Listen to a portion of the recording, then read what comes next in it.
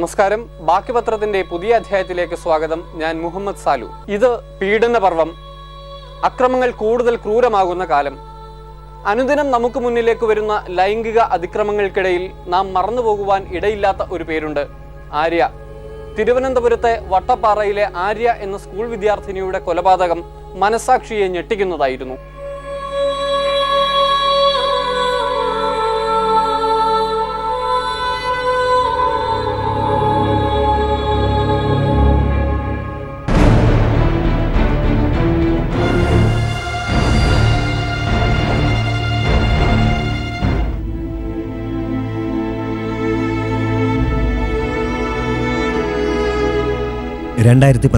March 6 മധ്യാഹ്നത്തിന്റെ ആലസ്യത്തിൽ അമർന്നു കിടക്കുന്ന വട്ടപ്പാറ വേറ്റിനാട് എന്ന നാട്ടിൻപുറം. സ്വന്തം വീടിന് മുന്നിൽ SLC പരീക്ഷയ്ക്കായി പഠിച്ചുകൊണ്ടിരിക്കുന്ന ആര്യ. സവാരി കഴിഞ്ഞ് അതുവഴി വന്ന രാജേഷിന്റെ ഓട്ടോ റോഡരികിലെ ചെറിയ കുഴിയിൽ വീഴുന്നു. തുടർന്ന് ആര്യയും അതുവഴി വന്ന കുട്ടികളും ചേർന്ന് ഓട്ടോ തള്ളി റോഡിലെത്തിക്കുവാൻ സഹായിക്കുന്നു. ആളനക്കമെല്ലാം അകന്നു കഴിഞ്ഞപ്പോൾ ഓട്ടോ റിപ്പയർ ചെയ്യാനായി സ്ക്രൂ ഡ്രൈവർ ആര്യയിൽ നിന്നും രാജേഷ് വാങ്ങുന്നു. വിജനമായ സാഹചര്യം രാജേഷിൽ മൃഗതൃഷ്ണകൾ ഉണർത്തുന്നു. തുടർന്ന് സ്ക്രൂ ഡ്രൈവർ തിരിച്ചു നൽകി വെള്ളം കുടിക്കുവാനായി അകത്തേക്ക് ആര്യയ്ക്കൊപ്പം കയറിയ രാജേഷ് ആര്യയെ അതിക്രൂരമായി ബലാത്സംഗം ചെയ്യുന്നു.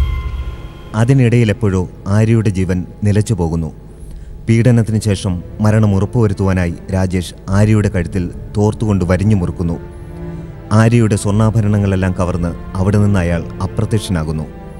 ഒരു നാടും നാട്ടുകാരും ചങ്കെടുപ്പോടെ ഈ വാർത്തയറിയുന്നത് അന്ന് വൈകുന്നേരം മാത്രമാണ്. സംഭവിച്ചത് ഇതേപോലെ സ്കൂൾ ഓട്ടമായിരുന്നു എനിക്ക് ജോലി. സ്കൂൾ ഓട്ടം കഴിഞ്ഞ് ഞാൻ ഇവിടെ 4 മണിക്ക് 4:45 ഇവിടെ വന്നപ്പോഴാണ് സംഭവം അറിയുന്നത്. ഇപ്പോൾ കുട്ടിയുടെ അമ്മ വീട്ടിലില്ലായിരുന്നു. കുട്ടിയുടെ അമ്മ വീട്ടിൽ വന്ന് കിടന്ന് നിലവിളി കേട്ടുകൊണ്ടാണ് ഞാൻ വീട്ടിൽ നിന്ന് എടുത്തേടി ഓടി അവിടെ വന്നപ്പം കുട്ടി മരിച്ചു കിടക്കുന്നതാണ് കണ്ടത്. കഴുത്തിൽ തോർത്തിട്ട് ഇറുക്കി കൊന്നിട്ടിരിക്കുന്നതാണ് കണ്ടത്. പക്ഷേ കുട്ടി മരിച്ചെന്ന് എനിക്ക് മനസ്സിലായില്ല. ഞങ്ങളപ്പോഴേ ഈ വണ്ടി എടുത്ത് ആശുപത്രി കൊണ്ടുപോകാനുള്ള ഇതൊക്കെയാണ് നടത്തിയത്. പക്ഷേ അപ്പോഴും അറിയാവുന്ന ഒരാൾ വന്ന് പറഞ്ഞ് മരിച്ചുപോയി എന്ന്.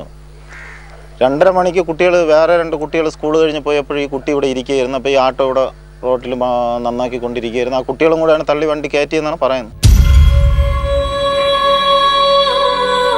ആര്യ ഈ ഓട്ടോ ഡ്രൈവറെ സഹായിക്കാൻ പോയതാണ്. അപ്പോൾ ശരിക്കും അത്തരത്തിലൊരു സഹായം ചെയ്യാൻ തയ്യാറായ ഒരു പെൺകുട്ടി ആ സമയത്ത് സഹായം നേടിയെടുത്തതിന് ശേഷം ഇയാളുടെ മനസ്സിൽ പെട്ടെന്ന് ഈ കുട്ടി ഒറ്റയ്ക്കാണ് എന്നുള്ളൊരു അങ്ങനെ മനസ്സിലാക്കിക്കൊണ്ട് കുട്ടിയുടെ പുറകെ പോവുകയും അതിനെ ബലാത്സംഗം ചെയ്യുകയും ചെയ്യുന്നൊരവസ്ഥ.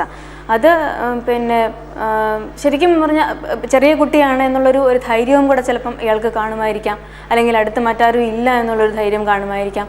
എന്തായാലും അത് ശരിക്കും നമ്മളെ എന്താ പറയുക, ആർക്കും ഒന്നും ചെയ്തു കൊടുക്കാൻ തോന്നാത്ത ഒരു സമൂഹത്തിലേക്ക് നമ്മളെ എന്താ പറയുക, അങ്ങനെ ഒരു സമൂഹത്തിലേക്കായിരിക്കും നമ്മളെ നയിക്കുന്നത് ഇത്തരത്തിലുള്ള സംഭവങ്ങൾ എന്നുള്ളതാണ്. ഏറ്റവും അത്ഭുതകരമായ ഒരു കാര്യം എന്താണെന്ന് വെച്ചാൽ, കേരളത്തിൻ്റെ മാനദണ്ഡങ്ങൾ, സാമൂഹ്യ മാനദണ്ഡങ്ങൾ പ്രകാരം യഥാർത്ഥത്തിൽ കേരളത്തിലെ സ്ത്രീകൾ വളരെ ഉയർന്ന ഒരു പദവി യഥാർത്ഥത്തിൽ അർഹിക്കുന്നുണ്ട്.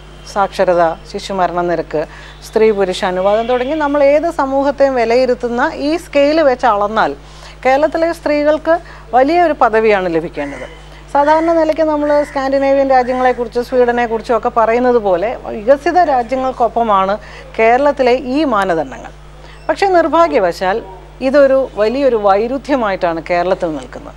ഇവിടുത്തെ സാക്ഷരതയും ഇവിടെ ഈ പറയുന്ന സ്ത്രീകൾക്ക് ലഭിച്ചിരിക്കുന്ന ഒരു ഉയർന്ന പദവിയും ഒക്കെ തന്നെ ഈ തരത്തിൽ സ്ത്രീയെ സഹായിക്കുന്നില്ല എന്നുള്ളതാണ്. എന്ന് മാത്രമല്ല, സ്ത്രീകൾക്ക് നേരെ നടക്കുന്ന അതിക്രമങ്ങളും മറ്റ് പലതരത്തിലുള്ള ചൂഷണങ്ങളും വർദ്ധിച്ചു വരുന്നതായിട്ട് കാണുന്നു.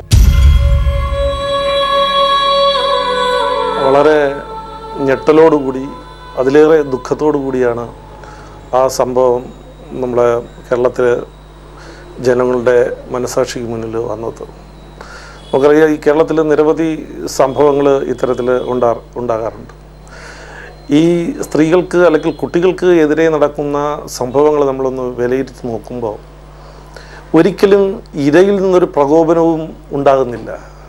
നിരപരാധിയായ നിഷ്കളങ്കരായിട്ടുള്ള കുട്ടികളെയും സ്ത്രീകളെയും ആണ് ഈ വലിയ പാതകത്തിന് ഇരയാക്കുന്നത്. ഈ അടുത്ത കാലത്ത് ഈ ആര്യ സംഭവത്തിൻ്റെ വിധി വന്ന ദിവസമാണ് നമ്മുടെ ഇന്ത്യയിലെ മുഴുവൻ ജനങ്ങളെയും വേദനിപ്പിച്ച ഡൽഹി കൂട്ടബലാത്സംഗത്തിൻ്റെ ചാർജ് ഷീറ്റ് കൊടുത്തത്. നിരവധി സംഭവങ്ങൾ കേരളത്തിലുണ്ടായിട്ടുണ്ട്. അതിൽ സൗമ്യ വധക്കേസ്, തിരുവനന്തപുരം ജില്ലയിൽ തന്നെ വധശിക്ഷ കിട്ടിയ പ്രധാനപ്പെട്ട 4 കേസുകൾ എടുത്ത് പരിശോധിച്ച് നോക്കിയാൽ 4 കുട്ടികൾക്ക് എതിരായിട്ടുള്ള പീഡനങ്ങളും അതിനെ തുടർന്നുള്ള കൊലപാതകങ്ങളുമാണ്. ഇതിലൊരു പ്രത്യേകത എന്തെന്ന് വെച്ചാൽ ഈ കുട്ടികൾക്കെതിരെ നടക്കുന്ന ഈ പീഡനങ്ങൾ ആദ്യം ബലാത്സംഗം, അത് കഴിഞ്ഞ് കൊലപാതകം. ആര്യ കേസിലാണെങ്കിൽ ആദ്യം ബലാത്സംഗം, പിന്നെ കൊലപാതകം, അതിനുശേഷം മോഷണം. യാതൊരു കൂസലുമില്ലാതെ ആ ആഭരണങ്ങൾ കൊണ്ടുവന്ന് പണയം വയ്ക്കുക എന്ന് പറയുമ്പോൾ ഒരു തീവ്രവാദിയിൽ നിന്നും പോലും പ്രതീക്ഷിക്കാൻ കഴിയാത്ത ഭീകരതയാണ് ഈ സംഭവത്തിൽ നമുക്ക് തെളിഞ്ഞു വരുന്നത്. കേരളത്തിലെ ജനങ്ങൾ വളരെ ഞെട്ടലോടെ കേട്ട ഒരു സംഭവമാണ്. ഒരു 15 വയസ്സുള്ള ഒരു പെൺകുട്ടിക്ക് ഇത്രയും ദാരുണമായൊരു അന്ത്യമാണ്. വളരെ വേദനാജനകമായ ഒരു സംഭവമായിരുന്നു. ഒരു ആളെ സഹായിക്കാൻ ശ്രമിച്ചതിൻ്റെ പേരിലാണ് ആ കുട്ടിക്ക് അത്ര ഒരു ദുരന്തം ഉണ്ടായത്.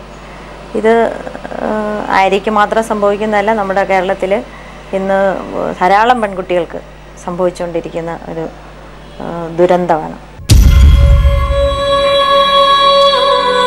പൊതുവിൽ കുട്ടികൾക്ക് ഇങ്ങനെ ഓരോ പ്രശ്നം വരുമ്പോൾ പൊതുവിൽ നമുക്കത് പെട്ടെന്ന് ഈ ഒരു സംഭവം ഓർമ്മ വരും.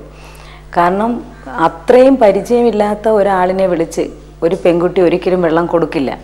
അപ്പോൾ ആ കുട്ടിക്ക് പരിചയമുണ്ട്, അറിയാം എന്നുള്ളതാണ്. അപ്പോൾ നമ്മുടെ വീട്ടിലൊരാൾ കടന്നു വരുമ്പോൾ നമുക്കൊരു ഭയമാണ്, ഇതെന്താണ്. ഇപ്പോൾ ഇത്രയും പ്രായമുള്ളവരാണെങ്കിൽ പോലും നമുക്കൊരു പെട്ടെന്ന് അവർ ചോദിക്കുന്ന വെള്ളമാണ്, പക്ഷെ അത് കൊടുക്കണമെന്ന് ആഗ്രഹമുണ്ട്, പക്ഷെ കൊടുക്കാനൊരു ഭയം ഉണ്ട്.